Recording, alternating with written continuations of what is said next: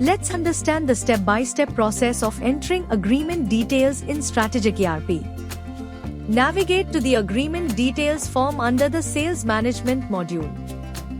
Select the date and unit code from the drop-down. Additional details will auto-populate based on the unit code selection. If unit is not allocated, the unit number will not auto-populate. In this case, you can manually enter the unit number. Select the member code. Based on the member code, details such as date, unit code, member details and plot details will auto-populate.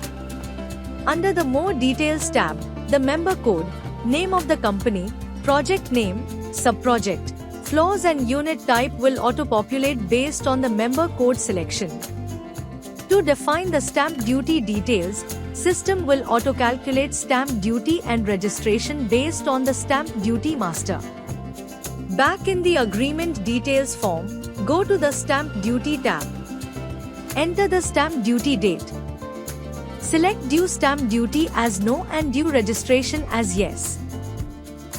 Enter the date of signing and lodgement receipt number. Enter the registration date and stamp duty ledger details. You can also enter additional information as applicable. Access to the agreement details is given to a specific primary member. Under the More Details tab, you can add other primary or secretary members as applicable. The payment schedule summary is based on the payment schedule details. You can print the installment due, receipt entry, car parking and unit detail summaries in PDF format.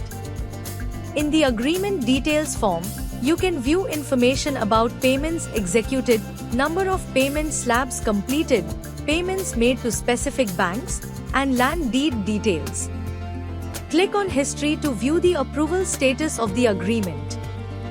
Save the data so it will be stored in draft stage. Verify the information and get it approved by the concerned authorities.